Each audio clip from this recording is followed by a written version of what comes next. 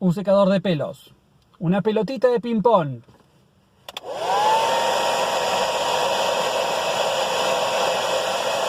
No tiene nada que ver con el video de hoy,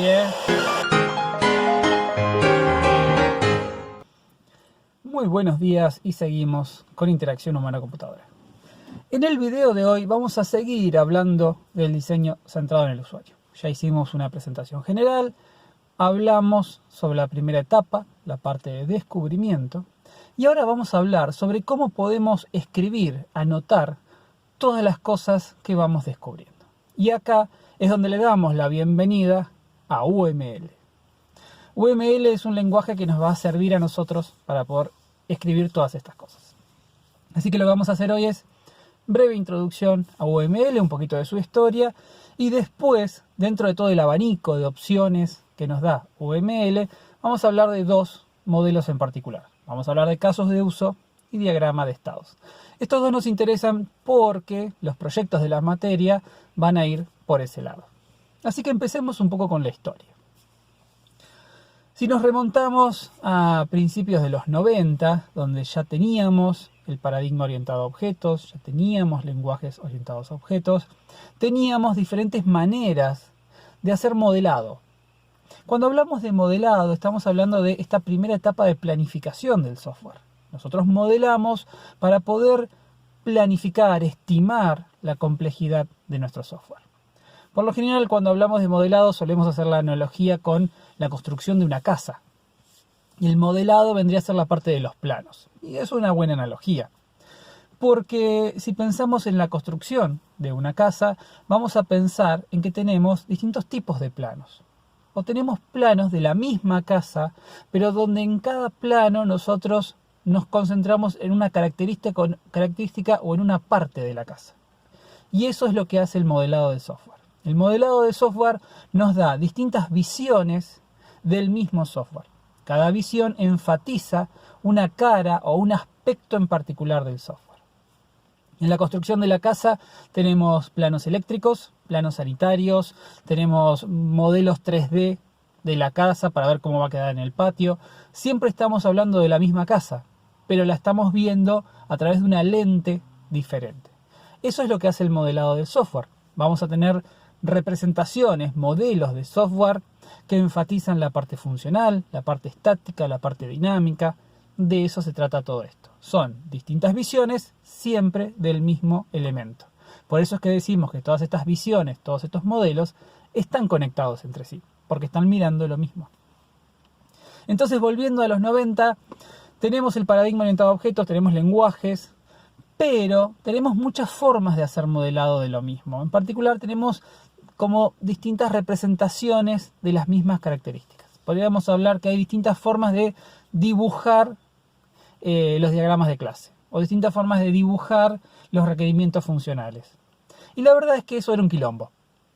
Era un quilombo, cada empresa tenía una forma distinta de hacerlo, IBM, Microsoft, el que sea, hacía las cosas diferentes, era muy difícil interoperar entre ellos, hasta que alguien dijo, che, gente, unifiquemos y usemos todo lo mismo. Y ahí es donde aparece UML. UML significa lenguaje de modelado unificado. ¿Qué es lo que hicieron? Acá pueden ver toda la historia, la evolución de UML. Van a empezar que al principio arriba hay todo un lío de un montón de opciones y después todas se van unificando en lo que termina siendo la línea de UML. Entonces el primer gran logro de UML es unificar una serie de metodologías de diseño de modelado. El segundo gran logro de UML se da en el año 2000, creo que es 2005 si no me equivoco, en donde se vuelve un estándar. Eso quiere decir que hay una ISO, una norma que estandariza, que dice el modelado de software se hace con UML. Eso nos lleva a decir, bueno, gente, hay que aprender UML. Todos los que quieran hacer modelado tienen que saber UML. Nuestra carrera, nuestra ingeniería en sistemas de información tiene una materia específica sobre eso, sobre lo que es modelado. Entonces, así es como aparece UML. UML unifica, trae de vuelta varios modelos, varias visiones del software, de las cuales hay dos que a nosotros nos interesan: los casos de uso y los diagramas de estados. Empecemos hablando de los casos de uso. Los casos de uso son una herramienta que nos provee UML para documentar los requerimientos del sistema. Los casos de uso, no confundir con diagrama de caso de uso, que son representaciones visuales de los casos de uso. Hoy vamos a hablar solamente de casos de uso. Entonces, caso de uso, herramienta que nos provee UML para documentar los requerimientos del sistema. ¿Qué es lo que el sistema va a hacer? Empecemos por lo más general. Cuando hablamos de casos de uso, cuando nosotros vamos a describir, cuando nosotros describamos el funcionamiento del sistema, lo que el sistema hace, en un caso de uso, el sistema lo vamos a tratar como una caja negra, ¿sí? No vamos a entrar en detalles de su implementación. Eso en esta instancia no nos interesa. Dentro de lo que son los conceptos que introducen los casos de uso, vamos a hablar de actores. Los actores son entidades que interactúan con el sistema, pero que no forman parte del sistema. Esto es muy importante. Cualquier entidad que interactúa con el sistema y no forma parte del sistema, se la denomina un actor. Visualmente, el actor se suele representar con este rendering fotorrealístico, esta figurita, y uno intuitivamente asocia al actor con el usuario. El usuario va a estar representado por un actor, pero no necesariamente los actores son solamente usuarios. Otros sistemas pueden ser actores, otros dispositivos pueden ser actores. La condición, como dije al principio, es una entidad que interactúa con nuestro sistema, pero no forma parte del sistema. Entonces, otros sistemas, otros dispositivos pueden llegar a formar o caer dentro de la definición de lo que es un actor. Por lo que vamos a tener que identificar quiénes son nuestros actores. Si yo tengo un sistema que hace transacciones, un sistema de control de stock, tendré un actor que es el operario, tendré un inspector, puedo llegar a tener como un actor un sistema de la FIP que se conecta e interactúa con nuestro sistema, ese también es un actor. Entonces van a tener que identificar cuáles son los actores. Y el caso de uso en sí es un relato, y esto es muy importante, esto es fundamental, es un relato, ¿sí? Es algo que se suele escribir en un lenguaje no técnico en colaboración con el cliente, con el usuario también, y en particular con el usuario, centrándose más que nada en intentar utilizar el lenguaje del usuario. Entonces es un relato del uso del sistema, de un uso, de una funcionalidad del sistema. Esto significa que al momento de documentar los casos de uso de un sistema, yo voy a tener, no todo, no el 100%, pero un caso de uso por cada funcionalidad del sistema. No voy a llegar a cubrir el 100% de las funcionalidades porque algunas pueden llegar a ser triviales, pero sin duda, para las funcionalidades más importantes del sistema, yo voy a tener un relato sobre el uso de esa funcionalidad. Este relato se hace siguiendo una estructura.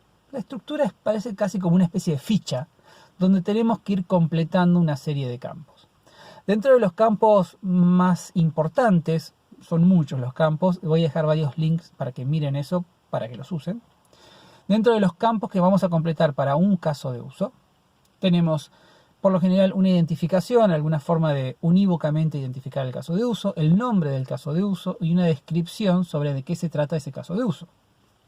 Por ejemplo, si estamos hablando de un sistema de control de stock, muy probablemente los usuarios se tengan que loguear y también quizás se tengan que registrar. Entonces, registrarse en el sistema es un caso de uso. Loguearse en el sistema es un caso de uso. Empecemos con registrarse. Entonces yo quiero hacer el caso de uso, el relato de cómo es la interacción con el sistema para poder registrarse. ID 1 es el primer caso de uso. Nombre, registro en el sistema. Descripción, el usuario se va a registrar en nuestro sistema, punto. Y después empiezan por ahí las partes más importantes, las más jugosas. Lo primero que yo tengo en un caso de uso son las precondiciones. Las precondiciones son todas las cosas que yo asumo que son verdad antes de la ejecución de este caso de uso. Es decir, cuando inicia este relato, ¿hay cosas que yo estoy asumiendo que son verdaderas? Si es así, las tengo que poner en las precondiciones. Por ejemplo, más adelante, en algunos otros casos de uso de este sistema hipotético de control de stock, yo voy a hacer funcionalidades, o voy a describir funcionalidades que requieren que el usuario esté logueado. ¿Sí? El usuario no puede eliminar un elemento del stock si no se logueó al sistema. Esa es una precondición. Entonces, en ese caso de uso, eliminar un producto de stock, precondición, el usuario tiene que estar logueado al sistema. Una vez que digo las precondiciones, voy a decir cuáles son los actores involucrados en este caso de uso. ¿Quiénes son los que se pueden registrar? Bueno, vamos a decir que los actores de este sistema son usuarios no registrados. ¿Quiénes se registran? Aquellos usuarios que no están registrados. Eso es un actor. Los actores pueden ser otras personas, como dije antes, puede ser un administrativo, un inspector, lo que sea. Dentro de lo que es la terminología de actores, casos de uso diferencia dos tipos de actores. Actor primario y actor secundario.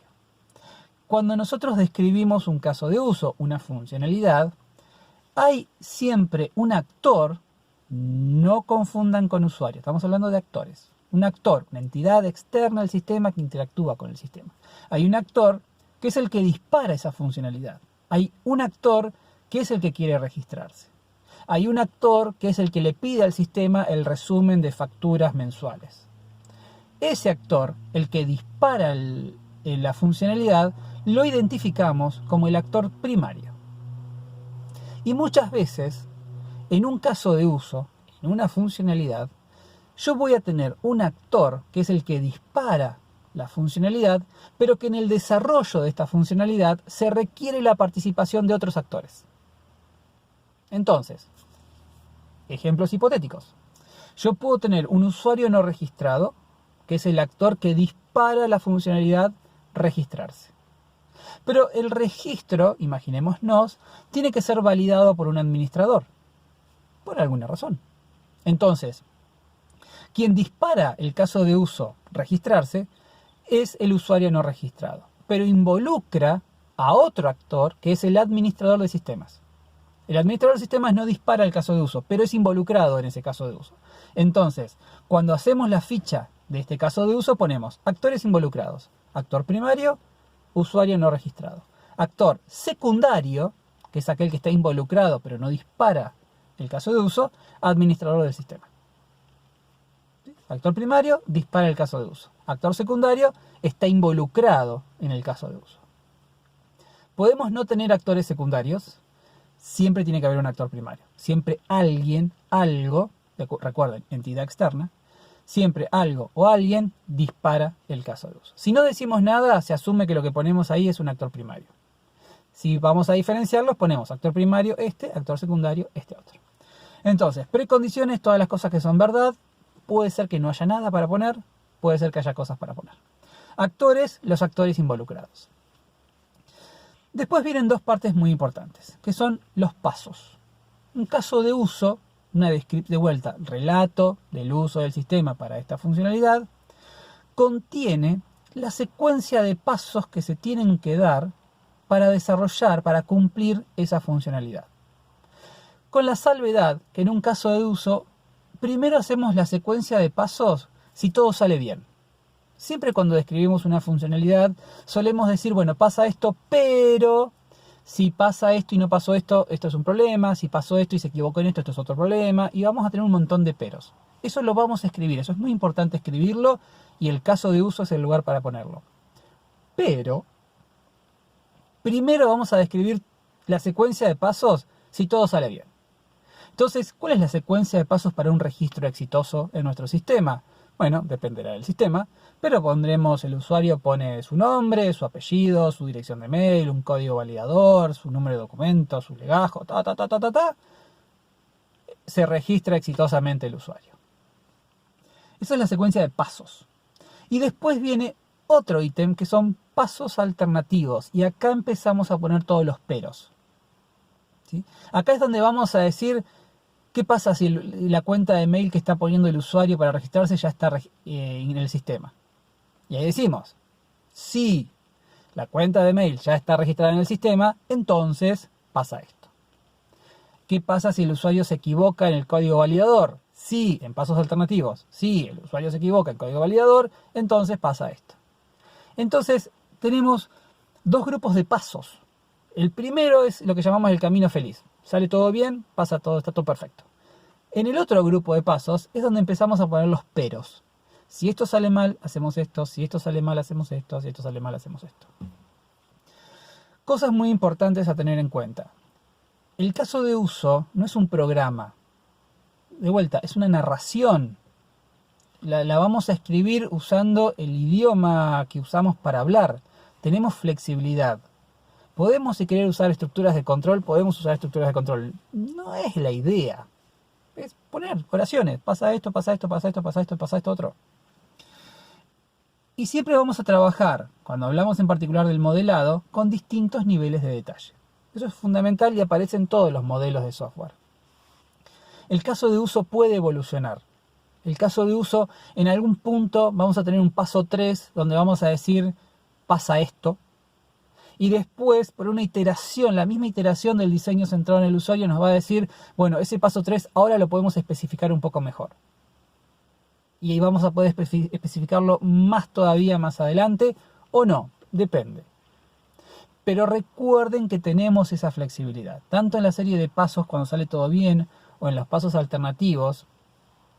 Vamos a empezar quizás a ser muy abstractos en las cosas que decimos.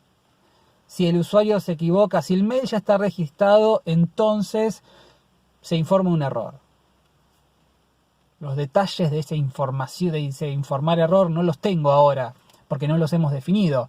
Pero por ahí en la próxima iteración de este caso de uso, cuando lo revisemos, cuando agreguemos detalle, vamos a decir, no, si el mail ya está registrado, entonces se manda un código validador o se informa al administrador una alerta.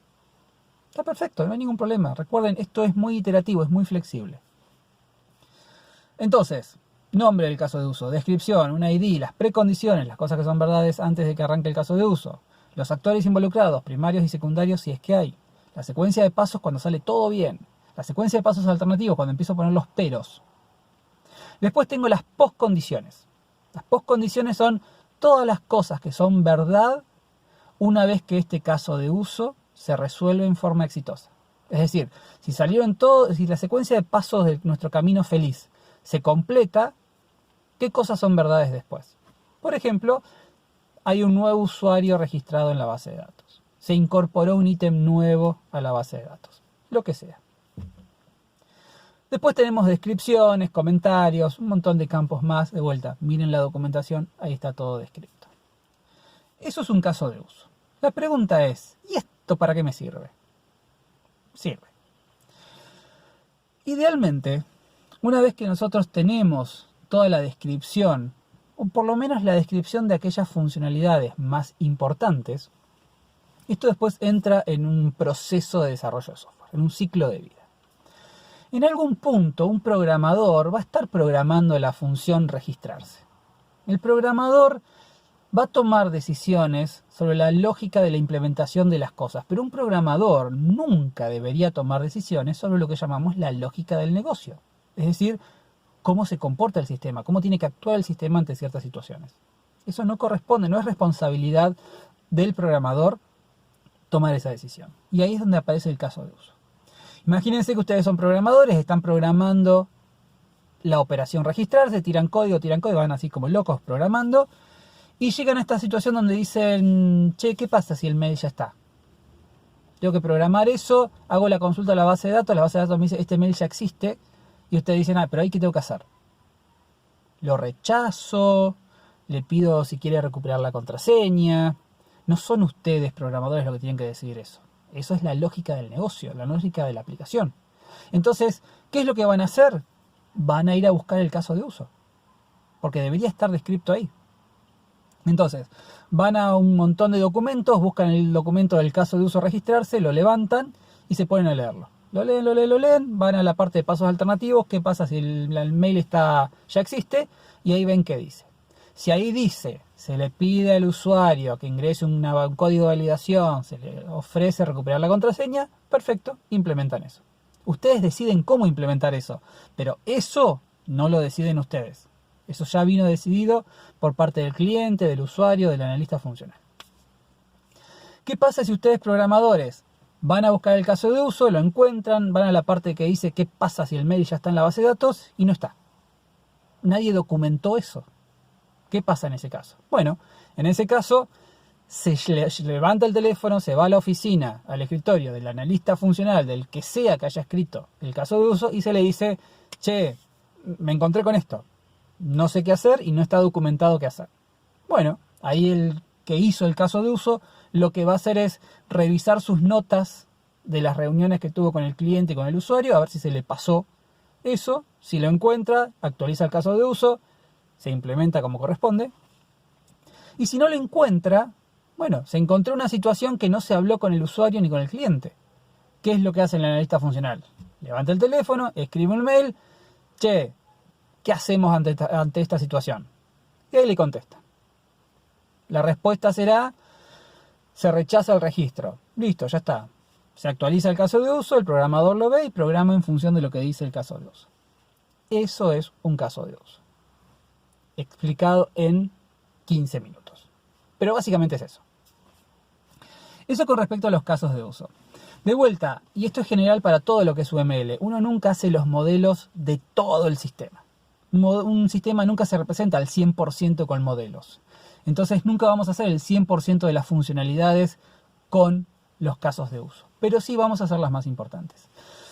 Y es muy probable que los casos de uso a veces queden muy largos.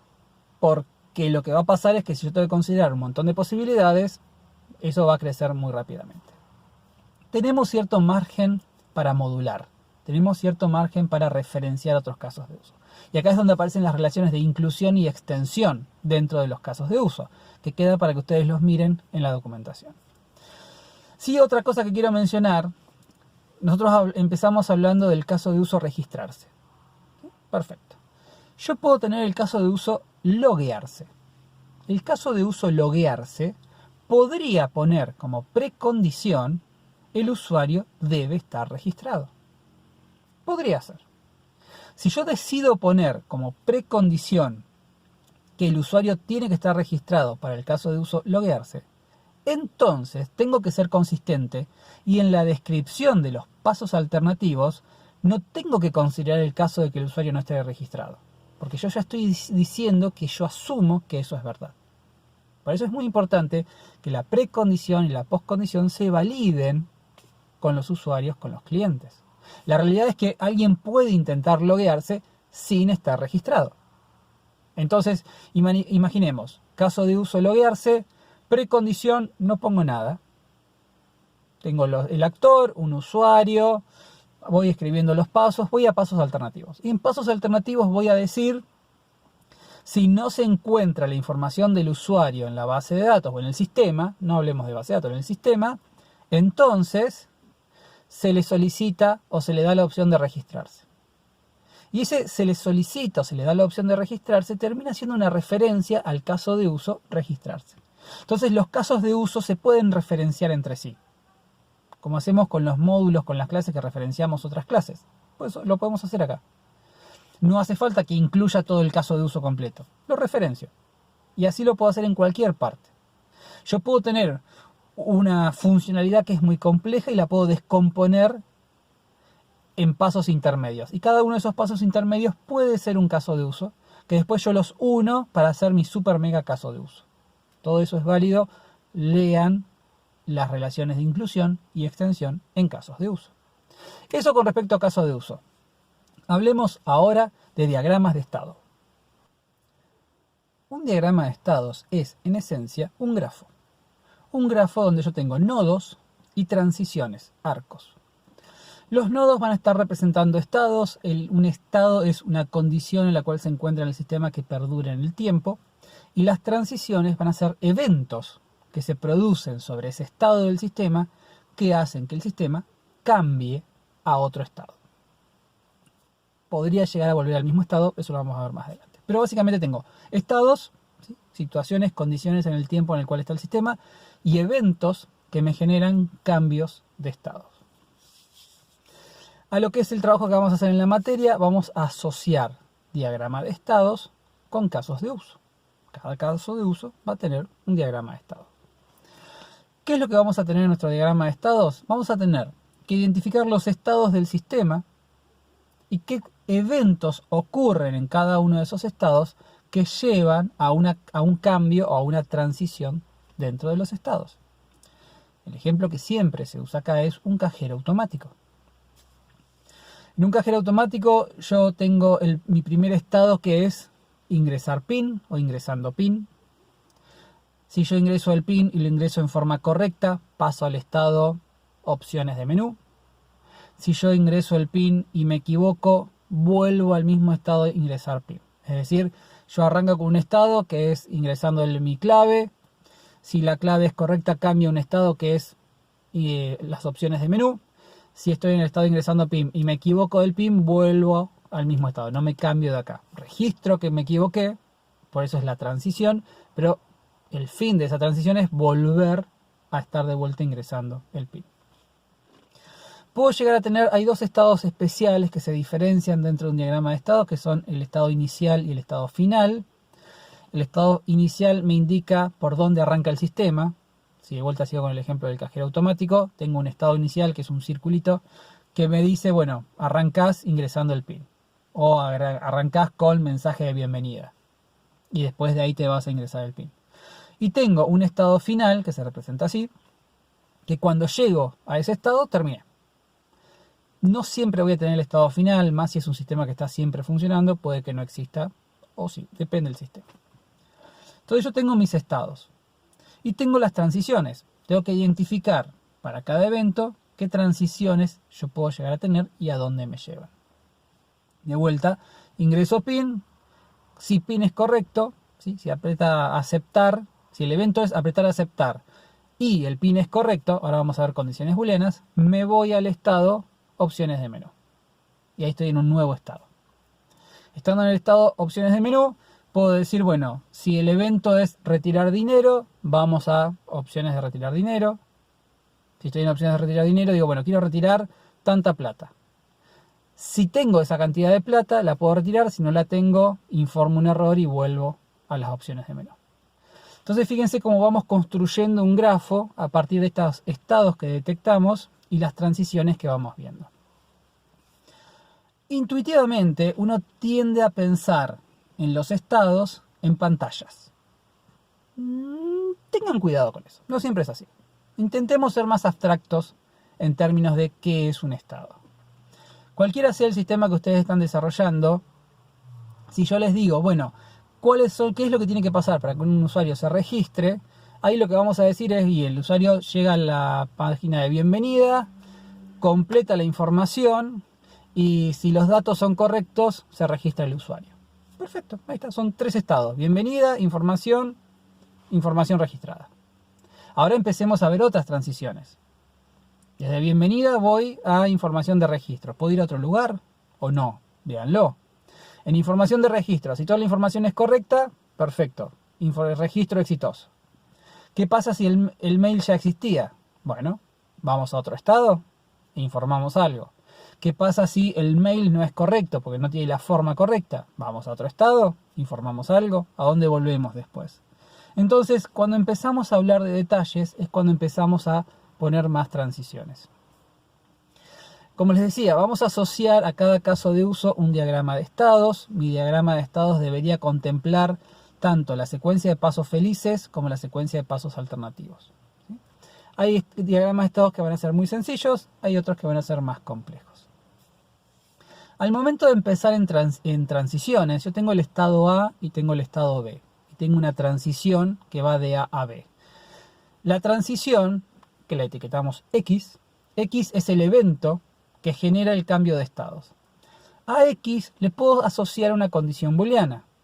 Como habíamos dicho antes, ingresar PIN, aceptar PIN es el evento que genera la transición, pero la condición booleana es, vos cambiás de estado si apretaste aceptar y el PIN es correcto. Entonces en un diagrama de estados vamos a poner entre corchetes condiciones booleanas. Y la transición se va a hacer cuando se genere ese evento, el evento X, y sea satisfactoria la condición booleana que ponemos entre los corchetes. Eso quiere decir que puedo tener un estado A, con dos transiciones, las dos etiquetadas con X, pero en una la condición booleana es verdadera y en la otra la condición booleana es falsa. Es decir, ingresa el pin, si pone aceptar y el pin es correcto, va para acá. Si pone aceptar y el pin es incorrecto, va a este otro lugar. Entonces puedo cambiar también eso. Y a su vez, en las transiciones, que ya ahora en transiciones tenemos evento, condición booleana, podemos poner una barra vertical y asociar una acción. La acción es algo que pasa.